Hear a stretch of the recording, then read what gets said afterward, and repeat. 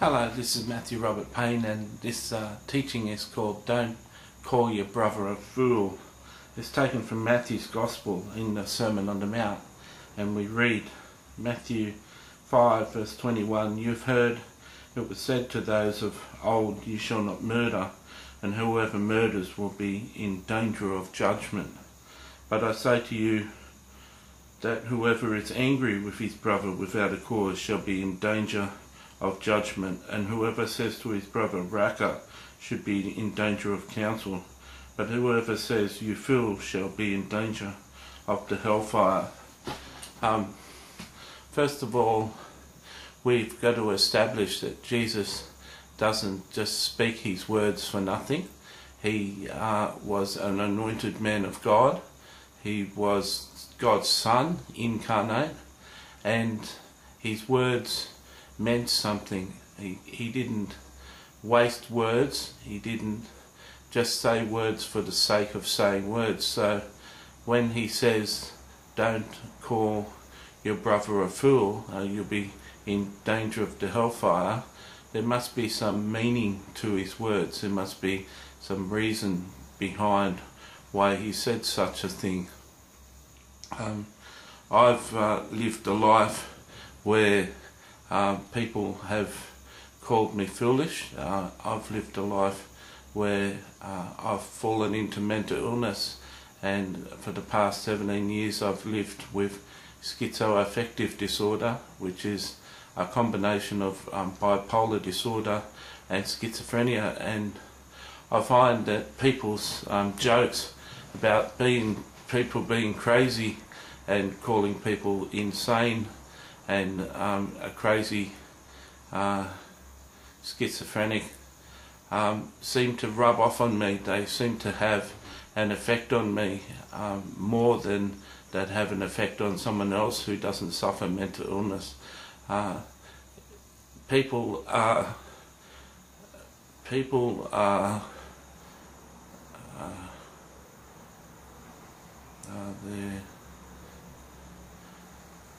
they're precious. People are precious, and people are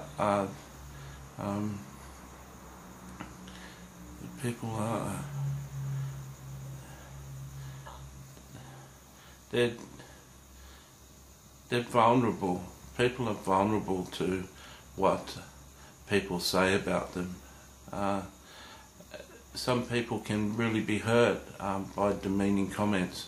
I was someone who grew up in a family where they had nicknames for me. They called me Foobaloo, which was a derogatory sort of term, a fun sort of term that my brothers called me. They called me the Hunchback from Notre Dame, and they said that about my surfing style, and all these things hurt me, but didn't hurt me that much, didn't affect me that much. But there's some people that really get affected by people calling them names, people calling them a fool, people calling them not worth anything, not worthy of success. And these are the people that Jesus is looking out for when he says a statement like this, that don't call someone a fool or you'll be in danger of the hellfire. Once again, I have to repeat that Jesus isn't saying these things just for the fun of it. There's reasons behind it, and the reason behind this one is that you can seriously affect a person by what you say about them. You can really damage a person's psyche. You can really damage a person's self-esteem through what you say to them, and this can affect them all of their lives. They can go into some sort of spiral that leads them down and down, and leads them to a place where they don't succeed in life. And Jesus doesn't want that for other people. I have to admit that I seem to think that Jesus saying that you're in danger of hellfire for calling someone a fool seems to be a bit over the top. It seems to be a bit ludicrous to think that you could be in danger of going to hell for calling someone a fool.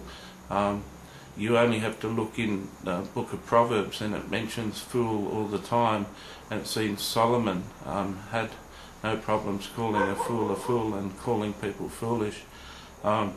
So it seems over the top, and to be honest, in this series of parables I can't fully explain to you why Jesus is so serious about calling us and telling us not to call a person a fool with such serious consequences attached to it.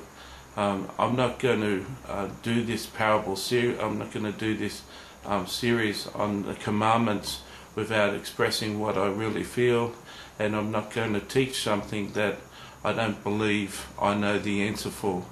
I'm not going to go to textbooks and look at commentaries and see what people guess Jesus is saying at. I'm not going to say something that I don't believe in, and so we have to leave it there at a position where I'm not really sure why Jesus was so serious about this, except for the fact that you can really hurt a person.